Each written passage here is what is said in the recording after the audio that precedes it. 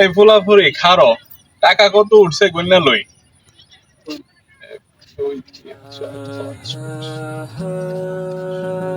অনেক টাকা হয়ে গেছে, আর আর কিছু টাকা কালেকশন কইরা বাড়ি যাবো, চল।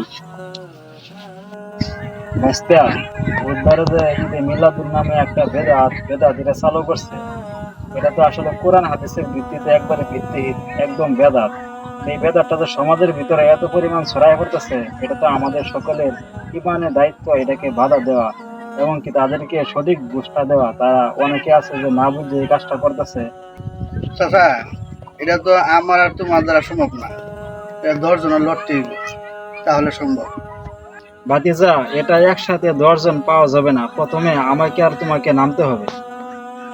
এই দেখে আরো 4 জন আসবে, 4 জন থেকে 10 জন হবে।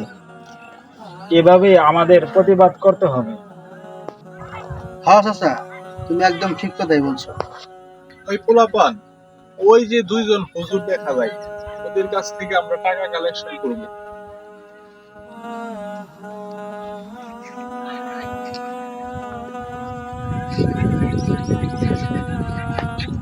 আসসালামু আলাইকুম। ওয়ালাইকুম আসসালাম ওয়া রাহমাতুল্লাহ। হুজুর ভালো আছেন? আলহামদুলিল্লাহ ভালো আছি, আপনি ভালো আছেন? আলহামদুলিল্লাহ। হুজুর ভালো আছেন? আলহামদুলিল্লাহ। আলহামদুলিল্লাহ। হুজুর, আমরা ঈদে মিলাদুল নবী উপলক্ষে কিছু টাকা কালেকশন করতেছি, আপনারা কিছু দিয়ে শরীক থাকেন। ঈদে মিলাদুন নবী মানে বছরে ঈদ কয়টি? হুজুর, কয়টি বুঝি না, আমরা বছরে ঈদ 3টা পালন করি। কোরআন হাদিসের ভিত্তিতে তো আমরা জানি বছরে ঈদ 2টি। আপনারা আরেকটি ঈদ থেকে আবিষ্কার করলেন? হুজুর, আমরা জানি বছরে 2টা, কিন্তু ঈদের মিলাদুল নবী উপলক্ষে আমরা বছরে 3টা ঈদ পালন করি। এই ঈদে আমরা দুরূদ শরীফ পড়ি, নবীজির মিলাদের আলোচনা করি, দান সদকা করি। কে হুজুর, এইগুলা কি ভালো সুন্দর কাজ না? এর প্রতি ভালোবাসা অবশ্যই তো থাকবেই, কিন্তু একটা কথা বলেন তো, রাসূল সাল্লাল্লাহু আলাইহি সাল্লাম কি আমাদেরকে শিক্ষা দিয়েছেন তিনার জন্মদিন পালন করতে হবে, নাকি কোনো সাহাবী করেছে? রাসূল আমাদেরকে বলে নাই, সাহাবীরাও এই কাজ করে নাই। ভাই, আবেগ দিয়ে ইসলাম চলে না, ইসলাম চলে কোরআন হাদিসের ভিত্তিতে এবং সহি দলিলের মাধ্যমে। একটি নির্দিষ্ট দিনে রাসূল সাল্লাল্লাহু আলাইহি সাল্লামকে ভালোবাসা দেখেন, এটাকে ভালোবাসা বলে না।